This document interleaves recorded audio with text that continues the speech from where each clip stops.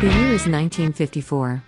A young boy was born on October 3, 1954 at Methodist Hospital in Dallas, Texas. He is named Stevie Ray Vaughan, but the world will come to know him as Stevie Ray. Stevie's love of music started at a young age. He was inspired by his older brother, Jimmy, who also could play.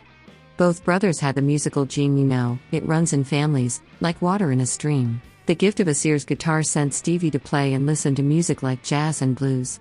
Big brother Jimmy cook in the 60s Dallas music scene.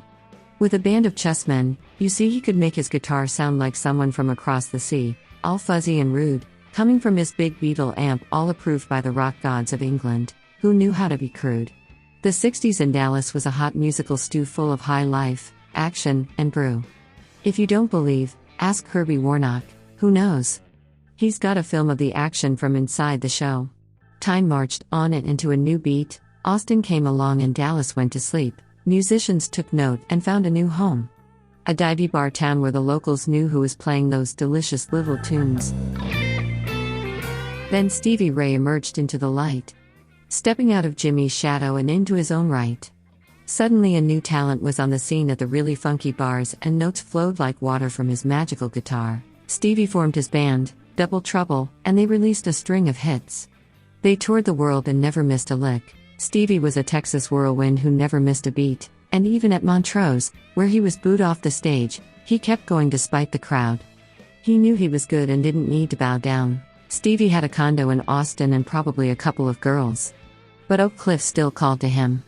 It was where he felt most at home. When he was not traveling, he would go back to Oak Cliff to sleep and mow the lawn. Because when you're famous, that's what you do. Try to feel normal, even for a few. Stevie Ray made great music. It was heaven sent.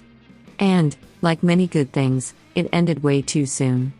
Despite his talent and how he hung the moon, but life stops for nothing, and no one knows what's next.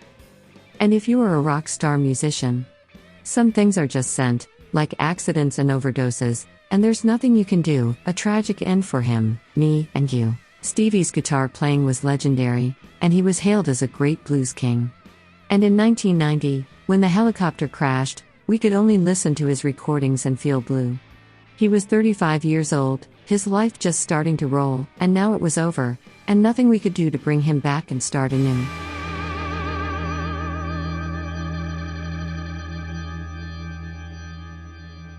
Austin put up a statue for Stevie and called him their adopted son. Then their river flooded, and Stevie was stuck in the mud. And when he emerged, an Austin weirdo spade graffiti all down Stevie's back. No respect for a musical great? Come on, Austin, this is even too weird for you. Music brings us joy in a world too filled with hate. Stevie Ray knew what to do: play the music that makes us feel alive, happy, and new.